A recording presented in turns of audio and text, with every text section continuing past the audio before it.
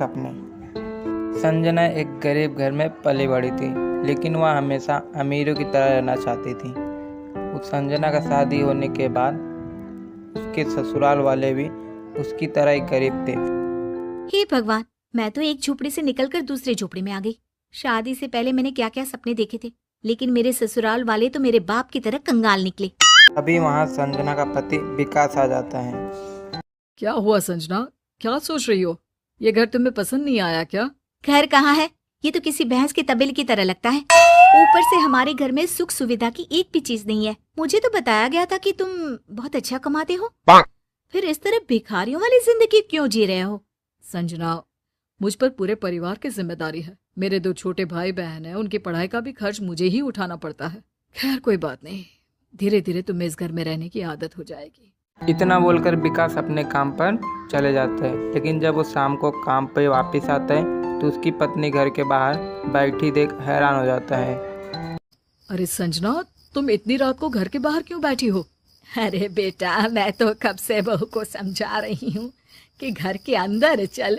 आस पड़ोस के लोग इसे देखकर तरह तरह की बातें कर रहे हैं, लेकिन ये तो अपनी जिद पर अड़ी है। संजना, बात क्या है आखिर? बात कुछ नहीं है।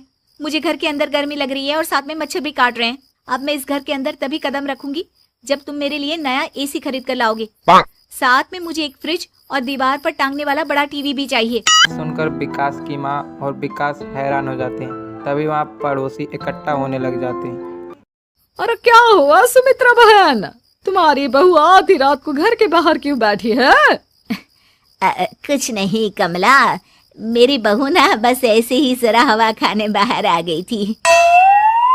मोहल्ले में बेइज्जती की डर से विकास संजना की बात मान लेता है और लोन लेकर वो बाजार से संजना की बताई सारी चीजें लेके चला आता है। अरे वाह, सच में एसी की ठंडी हवा में कितना मजा आ रहा है सोने का। तभी विकास देखता है कि उसके भाई बहन और माता पिता गर्मी में ही सो रहे हैं। यह देखकर विकास को अच्छा नहीं लगता है। वह जाकर सामने की कमरे में सो जाता है, पर इस बात से निर्मला को कोई फर्क नहीं पड़ता। अगले दिन जब विकास के घर के बाहर एसी का पंखा देख तो निर्मला कहती है, अरे इस झोपड़े में एसी किसने लगवा दिया? इन लोगों के पास तो ठीक से दाल रोटी खाने के भी पैसे नहीं रहते, लेकिन जरा इनके शौक तो देखो। तुम ठीक कहती हो कमला बहन, जितनी चादर हो उतने ही पैर फैलाने चाहिए। ये सुमित्रा तो हमेशा छोटी छोटी चीजों के लिए मुझसे पैसे उधार लेती है, फिर इतनी गरीबी में इसे अपने घर में एसी लगाने की क्या जरूरत थी? अरे कुछ नहीं, ये सब 4 दिन का दिखावा है। देख लेना, जब एसी का लंबा चौड़ा बिल आएगा ना, तभी नहीं इनकी नानी याद आ जाएगी। ठीक 1 महीने बाद विकास के घर पे बिजली का बिल आता है।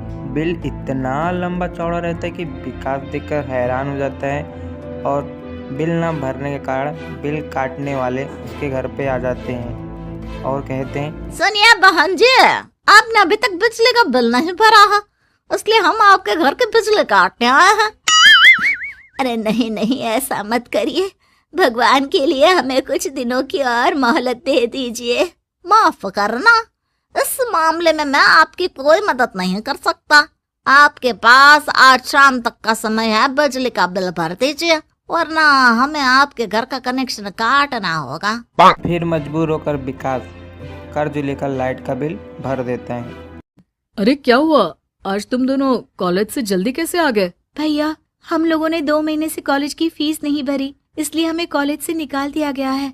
यह जानकर विकास बहुत ही उदास होता है, लेकिन विकास के पास अपने भाई बहन के कॉलेज भरने के लिए फीस के पैसे नहीं होते हैं। वहीं दूर खड़ी संजना यह सब बात परेशानी देखकर भी अनजान बनने का नाटक कर रही थी। एक दिन उसका भाई उससे मिलने उसके घर पे आता है। वो कई दिनों से बीमार था। अरे क्या हुआ भैया, आपने ये हालत क्यों बना रखी है और इस तरह पुराने मैले कपड़े क्यों पहन रखे हैं? अब क्या बताऊं बहन, ये सब तेरी भाभी की मेहरबानी है। उसने मेरा जीना हराम करके रखा हुआ है। किसी डायन की तरह हर वक्त मेरी छाती पर बैठी रहती है और मुझसे तरह तरह की फरमाइश करती है।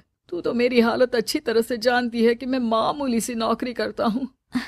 ये सब आप क्या कह रहे हैं भैया? शादी से पहले जब भी मैं भाभी से मिली थी तब तो बहुत सुशील और शांत स्वभाव की थी, फिर अचानक इतनी लालची और मतलबी कैसे बन गई? पता नहीं बहन, लेकिन इतना जानता हूँ कि अगर तेरी भाभी का स्वभाव इसी तरह रहा तो एक दिन मुझे खुदकुशी करनी पड़ जाएगी, क्योंकि अब मैं उसे और ज्यादा नहीं झेल सकता।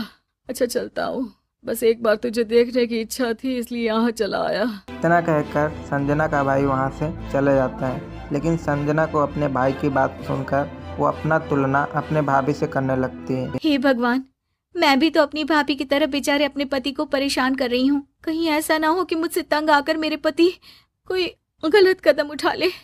हे भगवान, मैं आपसे वादा करती हूँ आज के बाद मैं कभी किसी चीज के लिए अपने पति को परेशान नहीं करूंगी।